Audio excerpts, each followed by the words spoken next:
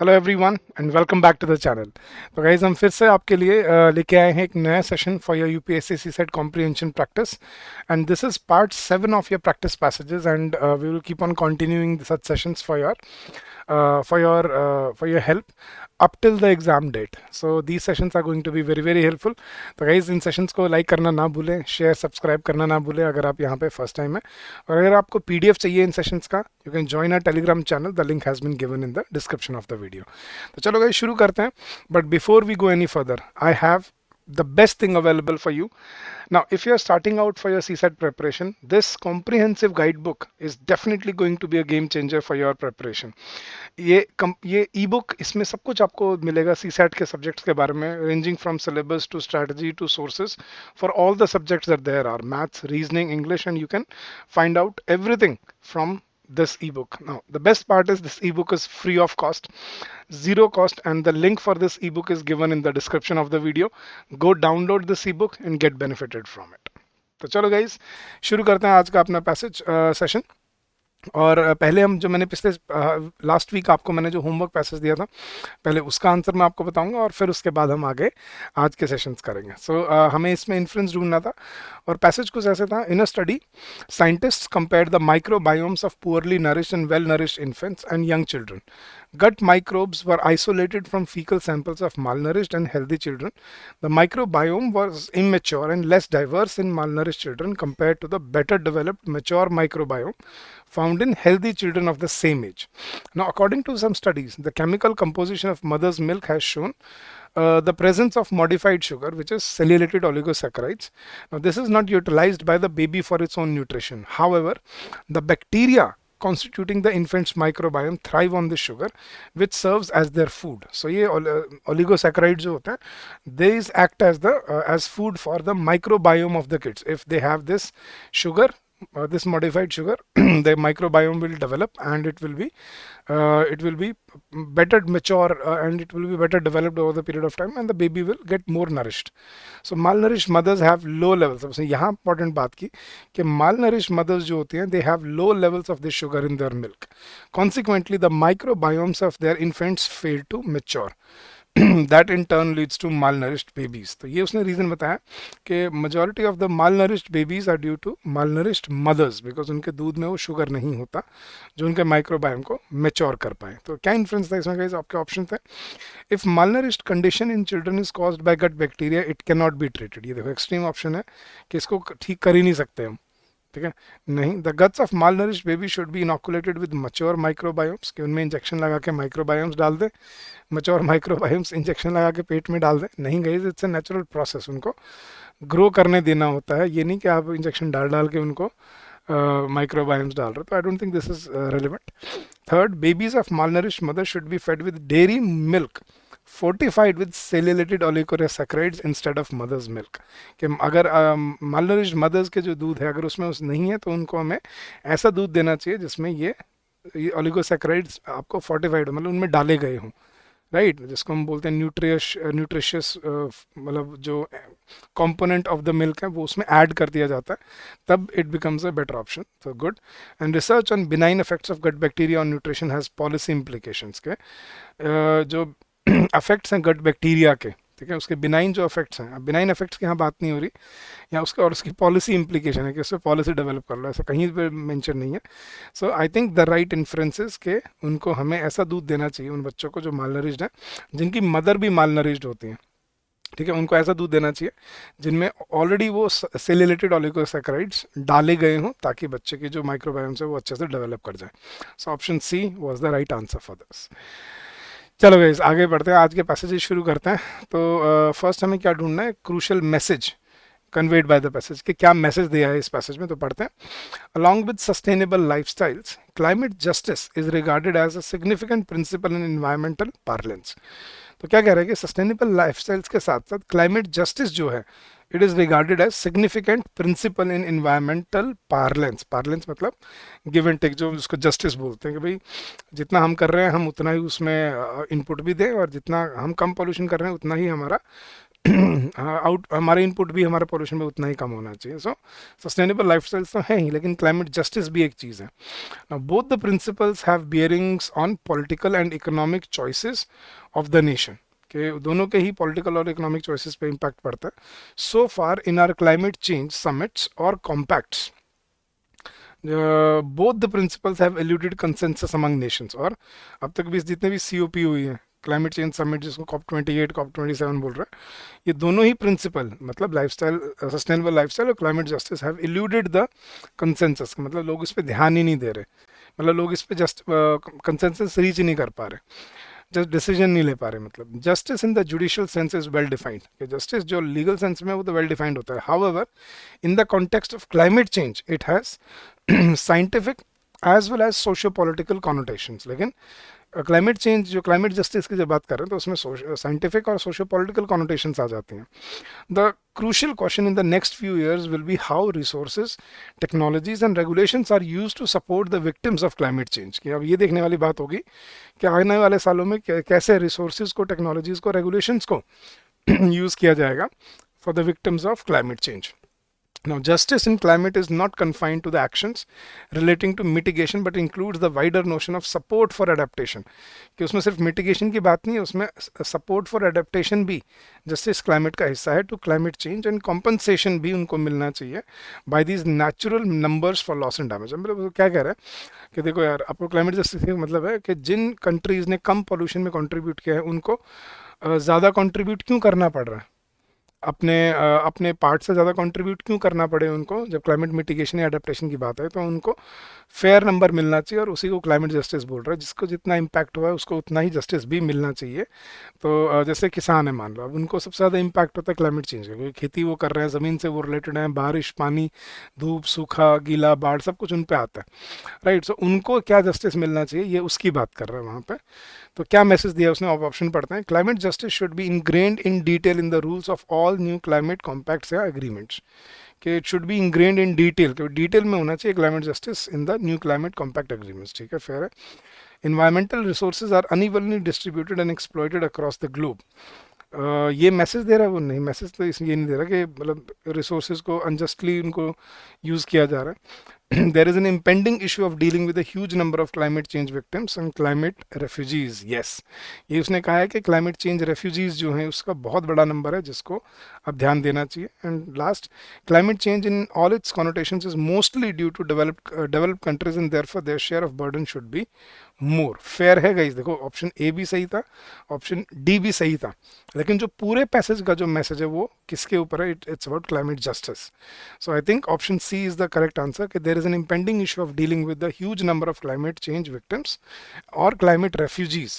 ठीक है, जिनको कॉम्पनसेशन और इनको अडेप्टेशन और सपोर्ट मिलना चाहिए इस रिगार्डिंग. So option C was the right answer. चलो गाइस, नेक्स्ट पैसेज पे चलते हैं. अब हमें फिर से एक मैसेज ढूंढना कि क्या मैसेज कन्वे किया गया है.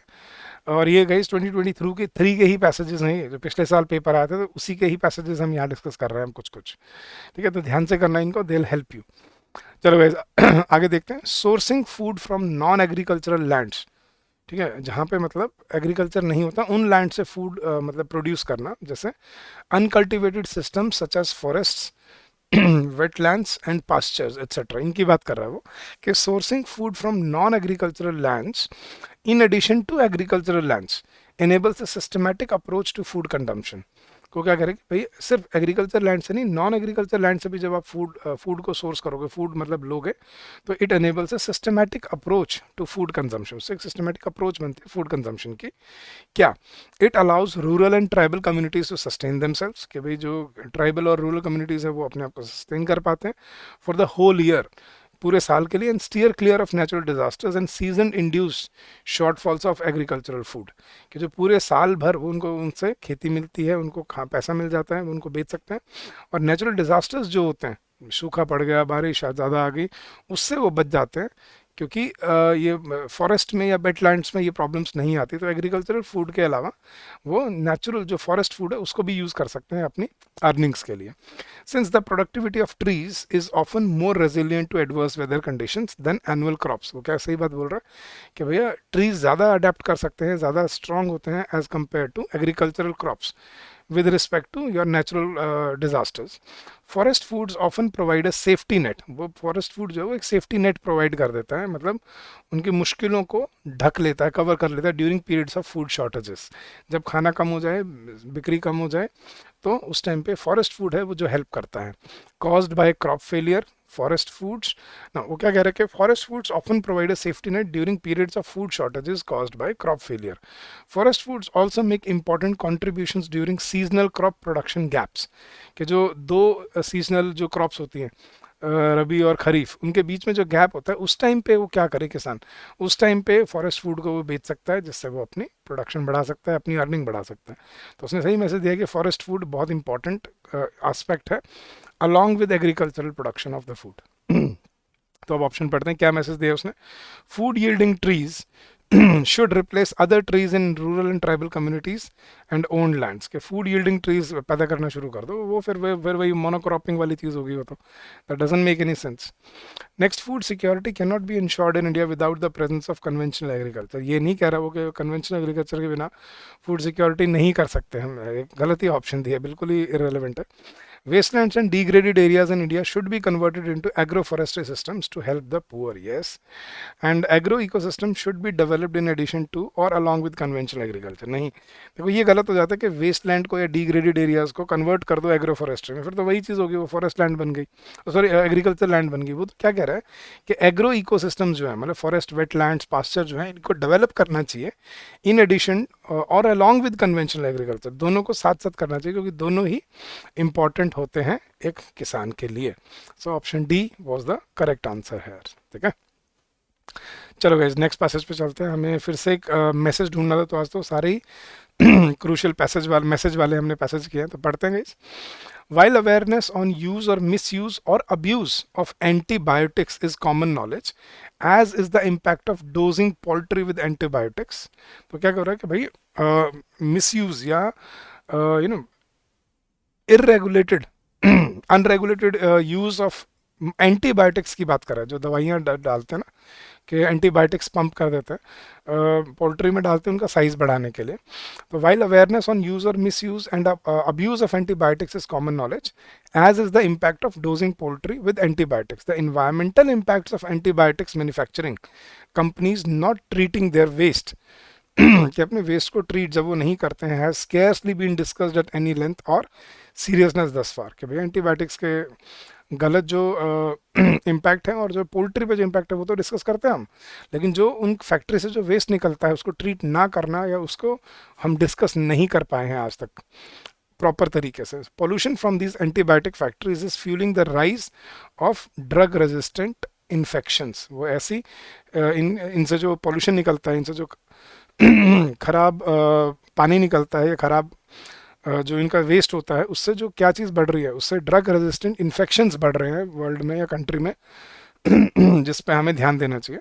The occurrence of drug resistant bacteria, वो क्या कह रहे हैं कि the occurrence of drug resistant bacteria surrounding the pharma manufacturing plants is well known, ये कोई नई बात नहीं है कि ऐसे drug resistant bacteria manufacturing plants के आसपास होते हैं। तो क्या मैसेज दे रहा है, it is necessary to put proper effluent treatment protocols in place, yes, it is necessary to promote environmental awareness among people, okay, spread of drug resistant bacteria cannot be done away with as it is inherent in modern medical care, ये नहीं हो रहा कि भाई कर ही नहीं सकते, तो एक्सट्रीम ऑप्शन है कि भाई हम खत्म कर ही नहीं सकते ड्रग रेजिस्टेंट बैक्टीरिया को, ऐसा नहीं हो सकता।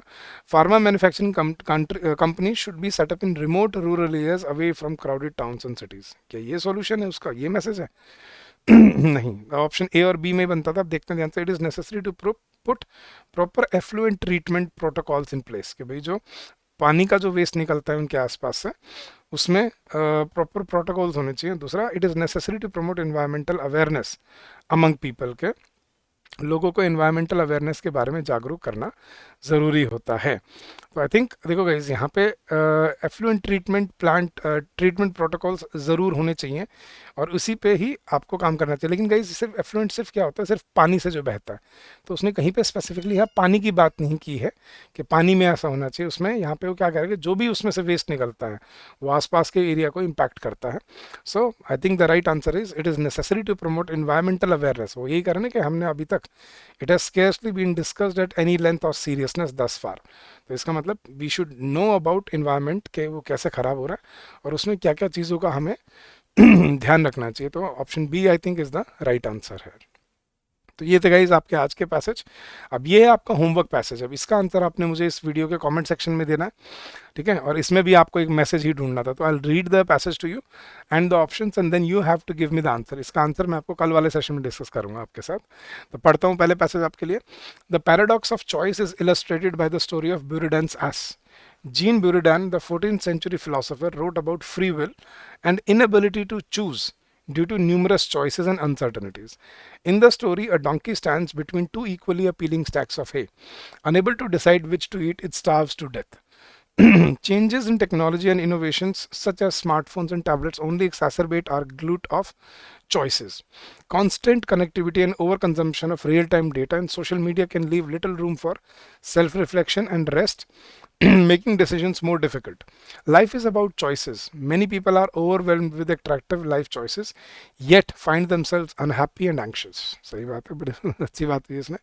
तो क्या मैसेज दिया है उसने? Modern technology enfeebles societal structure and makes life difficult. Second choice है, modern life is full of uncertainties and endless difficult choices. Third, we are influenced by the opinion of others and have no courage to follow our own convictions. Yeah, fourth, in our lives, having too few choices may not be a good thing, but having too many can be equally as difficult. तो आपको बताना है इनमें से कौन सा option सही बैठता है according to you in the passage. क्या मैसेज दिया है उस पैसेज में इसने। तो this is your homework for today. इसका आंसर आप मुझे कमेंट सेक्शन में दोगे एंड साथ साथ don't forget to like the session and don't forget to subscribe if you are new here. तो guys that was it for today. I will see you again tomorrow for the new session. But अगर आपको हमारा ये series अच्छी लगती है तो you can join us in our comprehensive course, जिसमें हम आपको विद इन नेक्स्ट 40 days हम आपको प्रिपेयर कर रहे हैं CSAT के लिए with in 100 hours. So if you just spend 2 hours every day, you will be prepared 100% prepared for completely prepared for your CSAT part. तो इस कोर्स में हम आपको सारी कॉन्सेप्ट क्लासेस दे रहे हैं डे 1 रिकॉर्डेड फॉर्म में along with downloadable PDFs and practice questions. फिर इसके साथ साथ आपके टेस्ट सीरीज है जिसमें सेक्शनल टेस्ट हैं और फुल लेंथ टेस्ट हैं आपके लिए प्रैक्टिस करने के लिए। वीकली लाइव डाउट सेशन है फैकल्टी मेंबर्स के साथ ताकि आप अपनी क्वेरी पूछ पाओ, और लाइव रिवीजन क्लासेस जो अभी भी चल रहे हैं जिसमें हम लाइव आपको पढ़ाते हैं अपने CSAT के लिए। So come join us in this course. इस कोर्स का आपको लिंक इस वीडियो के डिस्क्रिप्शन में मिल जाएगा। Go check out the course and there is a special discount on the course, so go get benefited from it. So that was it for today, guys. If you have any doubts, if you have any queries, you can always call us on this number, that is 8146207241, or you can also drop us an email at hello@edutap.co.in. ये हमारा email ID है, आप हमें इस पे email भी drop कर सकते हैं if you want to get in touch with us. So thank you so much for your precious time, for your receptiveness guys, and you have been very supportive all along, and this is the right time to start preparing for your CSAT part. So we are just around the corner. Start your preparation, pull up your socks, pull up your sleeves and give everything that you have. Make sure कि CSAT में आपका पूरा साल खराब नहीं होना चाहिए इसकी वजह से। It's a qualifying paper, 33% marks लेने हैं, so don't miss out on the opportunity and make sure that you give your best for this exam. So thank you so much for your efforts and for all the inputs that you've given us. I wish you all the success in your endeavors ahead. Having said that, I'll take your leave for today. I'll see you again tomorrow, guys. Till then, stay safe, stay healthy, and happy learning to all of you.